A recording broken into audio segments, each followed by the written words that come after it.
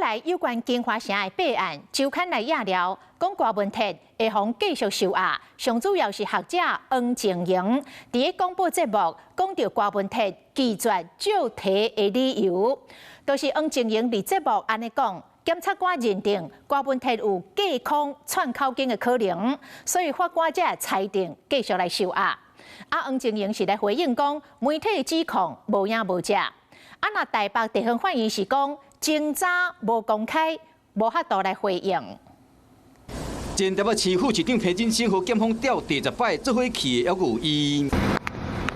前台北市殡仪局长朱阿虎共款和检方调去问两人被送到廉政署，裴金星嘛针对冤案裁定提出控告，共款被冤案郭文铁，即马听讲其中一个原因是因。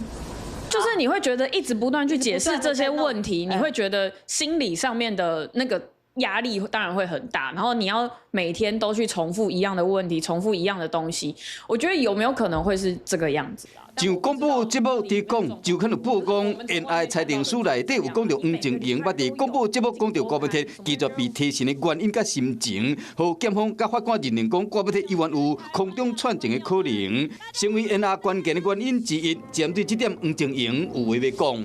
对于媒体的指控，完全是子虚乌有，现在已经让人分不清楚这是一篇报道，还是裁定书，亦或是个人的心情小语。另外，周刊写未公开裁定书讲到郭文铁。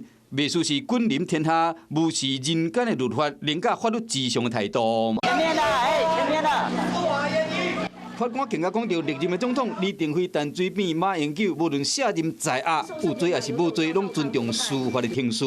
更加讲到郭文铁刁工建立本身为政治犯，连受害期间拢拒绝出庭。要安怎期待讲，该放出去了会当遵守时间到庭，认为讲有受害理由。针对周刊的讲法，北院是表示讲，因为侦查不公开的原则，无法证实裁定的内容。